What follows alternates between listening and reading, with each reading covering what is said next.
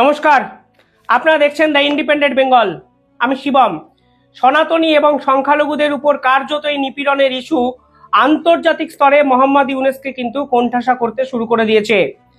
যখন Donald Trump আমেরিকার মসনদে এলেন, তখন মোহাম্মদ ইউনুসের কাছে কার্যত দুটো অপশন খোলা ছিল। তিনি বুঝতে পেরেছিলেন জো বাইডেন চলে যাওয়ার পর আমেরিকার সঙ্গে বাংলাদেশের সম্পর্ক কিন্তু কিছুতেই আর আগের মতো হবে না। প্রসঙ্গত, ডোনাল্ড ট্রাম্প কিন্তু বাংলাদেশের এই সনাতনী সংখ্যালঘুর উপর অত্যাচার নিয়ে সরাসরি একটি টুইট করেছিলেন, তাও আবার আমেরিকান প্রেসিডেন্ট হওয়ার আগে। অর্থাৎ যে ব্যক্তি প্রেসিডেন্ট হওয়ার আগেই এই রকম এক মনোভাব আন্তর্জাতিক মহলে দেখিয়েছেন, তিনি প্রেসিডেন্ট হওয়ার পর যে আরো আগ্রাসী কোনো ভূমিকা পালন করবে সেটাই স্বাভাবিক। হলো তাই। তিনি তুলসী গ্যাবটকে তার স্পাই এজেন্সির সর্বময় কর্তা হিসাবে বা কর্ত্রী হিসাবে নিয়োগ করলেন, যিনি কিনা একজন প্রকৃত হিন্দু, যিনি বারংবার করে মৌলবাদ, পাকিস্তান, সন্ত্রাসবাদ একাধিক ইস্যুতে কিন্তু মুখ খুলেছেন। অর্থাৎ মোহাম্মদ ইউনুস পরবর্তীকালে যতই ড্যামেজ কন্ট্রোলের চেষ্টা করুন না কেন, আমেরিকার সঙ্গে বাংলাদেশের সম্পর্ক যে কোনোভাবেই ভালো হবে না তা কিন্তু অনেকেই বুঝতে পেরেছিলেন। দুটো অপশনের মধ্যে একটি অপশন ছিল তিনি দক্ষিণ এশিয়ার বা এশিয়ার বিভিন্ন দেশের সঙ্গে সম্পর্ককে ভালো রাখতে পারতেন। কিন্তু প্রসঙ্গত বলে রাখি, এশিয়ার দেশ যখন কথা বলা হয় তখন অন্যতম প্রভাবশালী দেশ হয় ভারতবর্ষ। আর ভারতের সঙ্গে বাংলাদেশের সম্পর্ক কোনোভাবেই হাসিনার আমলের মতো হওয়া সম্ভব নয়।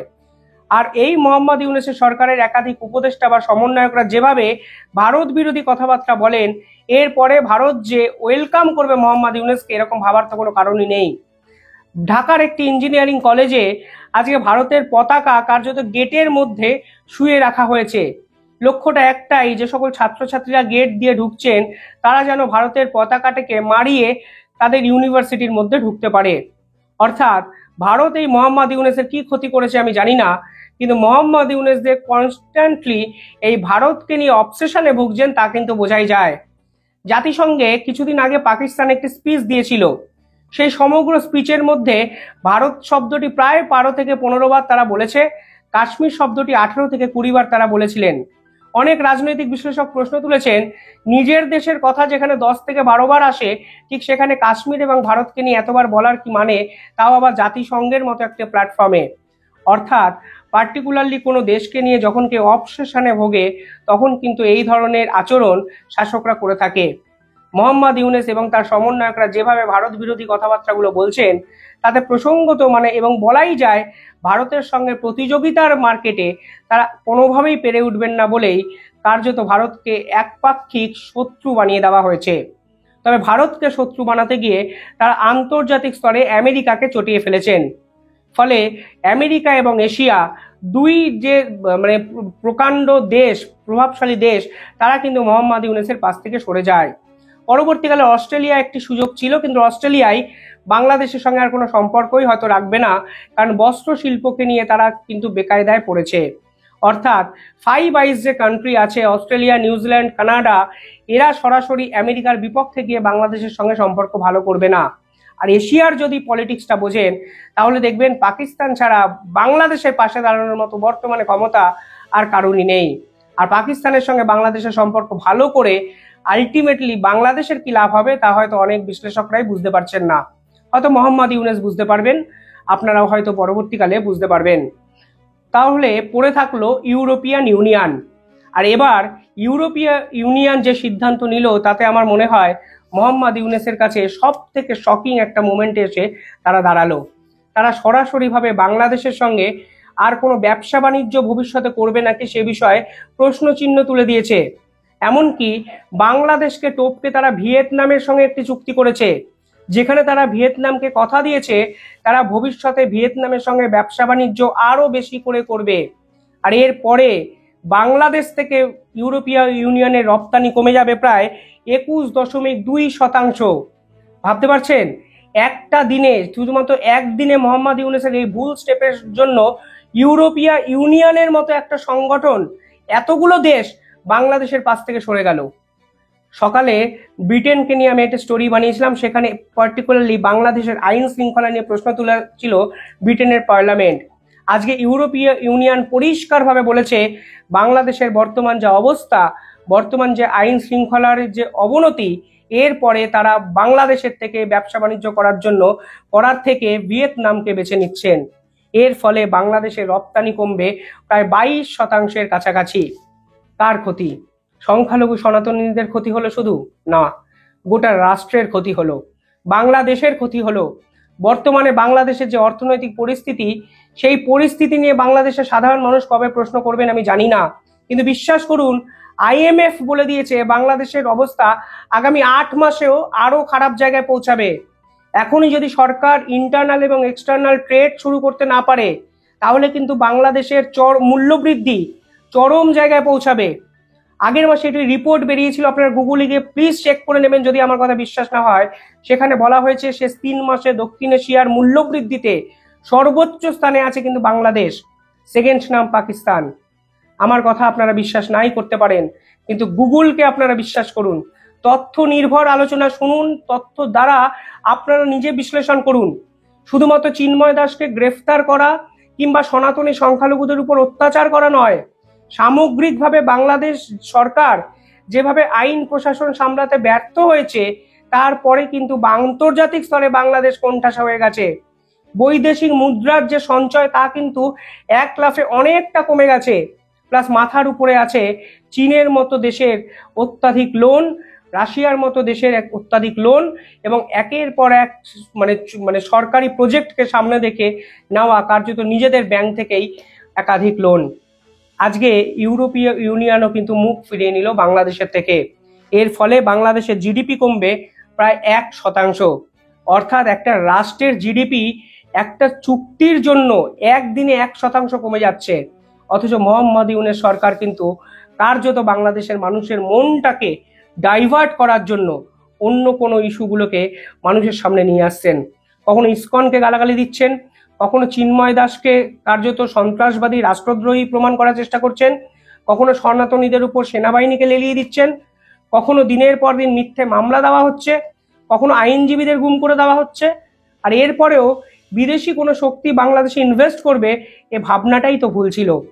কিন্তু আজকে ইউরোপীয় ইউনিয়ন, যেই ইউরোপীয় ইউনিয়নের আমদানি রপ্তানি সব থেকে বেশি হতো বাংলাদেশের সঙ্গে চায়নার পর, সেই ইউরোপীয় ইউনিয়ন পরিষ্কারভাবে জানিয়ে দিল তারা ভিয়েতনামের মতো একটা ছোট্ট দেশের সঙ্গে ব্যবসা বাণিজ্য করতে আগ্রহী।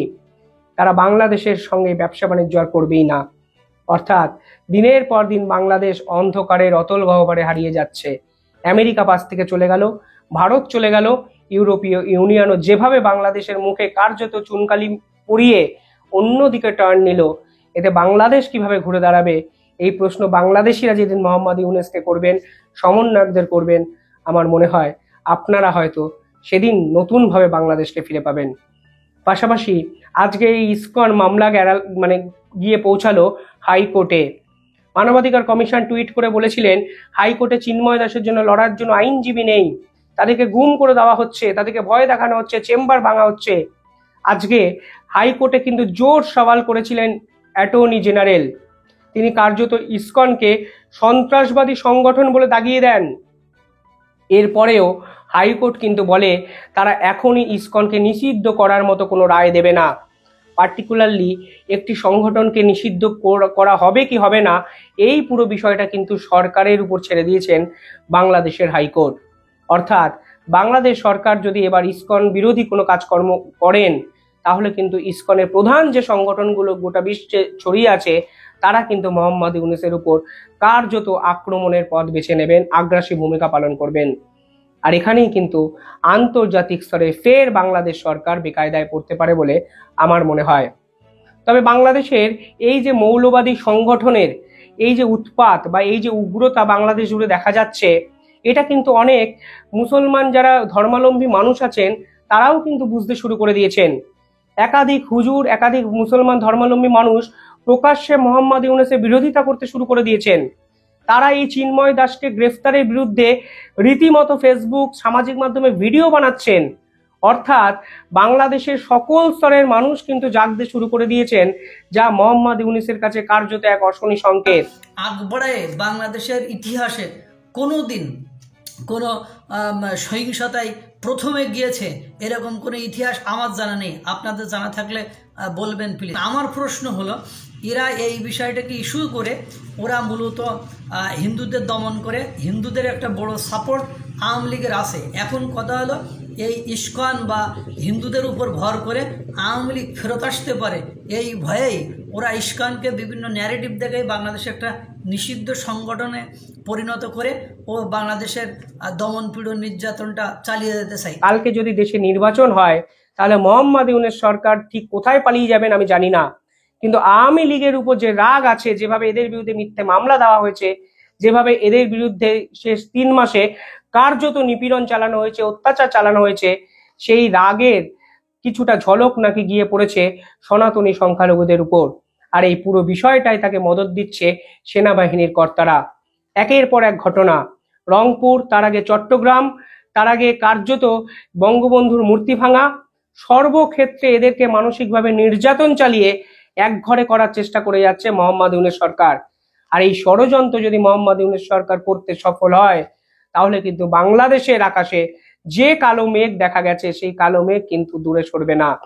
কিন্তু লং টার্মে যদি ভাবেন, সুদূর প্রসারী চিন্তা ভাবনা দিয়ে যদি ভাবেন, আজকে ইউরোপীয় ইউনিয়ন যেভাবে ঘোষণা করেছেন তাতে কিন্তু নিশ্চিতভাবে বলা যায় বাংলাদেশ শুধুমাত্র আজকে আন্তর্জাতিক স্তরে রাজনৈতিকভাবে মৃত ঘোষণা হওয়ার সময়ের অপেক্ষা নয়। বাংলাদেশের মানুষের ভাতের প্রশ্নে কিন্তু তারা বেকায়দায় পড়লেন। অর্থাৎ আন্তর্জাতিক মহল যেভাবে মোহাম্মদ ইউনূসের বাংলাদেশকে কোণঠাসা করতে শুরু করেছেন, কালকে কিন্তু খেতে না পেয়ে বাংলাদেশিরাই রাজপথে আন্দোলন করবেন এই সকল সমন্বয়ক ইউনূসের বিরুদ্ধে। আজ হয়তো সনাতনী সংখ্যালঘুদের নিয়ে বাংলাদেশি মানুষরা এখনো একজোট হননি, কিন্তু বিশ্বাস করুন এই বাংলাদেশের অবস্থা এত ভয়াবহ জায়গায় পৌঁছাচ্ছে যে শুধুমাত্র সনাতনী সংখ্যালঘুরা নয়, বাংলাদেশের আপামর সাধারণ মানুষ রাস্তা জুড়ে আন্দোলন করবেন এবং সেই আন্দোলনের চাপে কার্যত পালিয়ে বাঁচতে হবে মোহাম্মদ ইউনূসকে। মোহাম্মদ ইউনূসের তো পালিয়ে বাঁচার একটা জায়গা আছে, তিনি কিছু হলেই আমেরিকায় চলে যেতে পারবেন, কিন্তু বাংলাদেশে সেই সকল সমন্বয়ক উপদেষ্টারা ঠিক কোথায় পালিয়ে বাঁচবেন সেই প্রশ্ন কিন্তু আমার থেকে গেল। তবে আপাতত ইউরোপীয় ইউনিয়ন যে স্টেটমেন্ট দিয়েছে সেই বিষয়ে বাংলাদেশের মিডিয়া কেন চুপ, একটু আমার জানতে ইচ্ছা করে। কেন বাংলাদেশের মিডিয়া এই আসল তথ্য মানুষের কাছে পৌঁছে দিচ্ছে না? কেন তারা বলছে না বাংলাদেশের জিডিপি 1% কমে গেছে একদিনে? কেন তারা বলছে না বাংলাদেশের রপ্তানি 22% কমে যাবে এই চুক্তির ফলে? কেন বাংলাদেশের অর্থ উপদেষ্টা, ব্যবসা উপদেষ্টা, 1000 রকমের উপদেষ্টা কার্যত নীরব? কেন ইউরোপীয় ইউনিয়ন আজকে আইন প্রশাসনের জন্য বাংলাদেশ থেকে দূরে চলে গেল? কেন আইন উপদেষ্টা এই রকম চুক্তি হওয়ার ফলে বাংলাদেশ যে বিপাকে পড়বে সে কথা স্বীকার করছেন না? কেন ভিয়েতনামের সঙ্গে ইউরোপীয় ইউনিয়নকে চুক্তি করতে হলো? ঠিক কিসের জন্য বাংলাদেশের বস্ত্রশিল্প কার্যত শ্মশানে পরিণত হয়েছে? কি কিসের জন্য সে 7 দিনে 1000 কোটি টাকার অর্ডার চলে এসেছে ভারতে?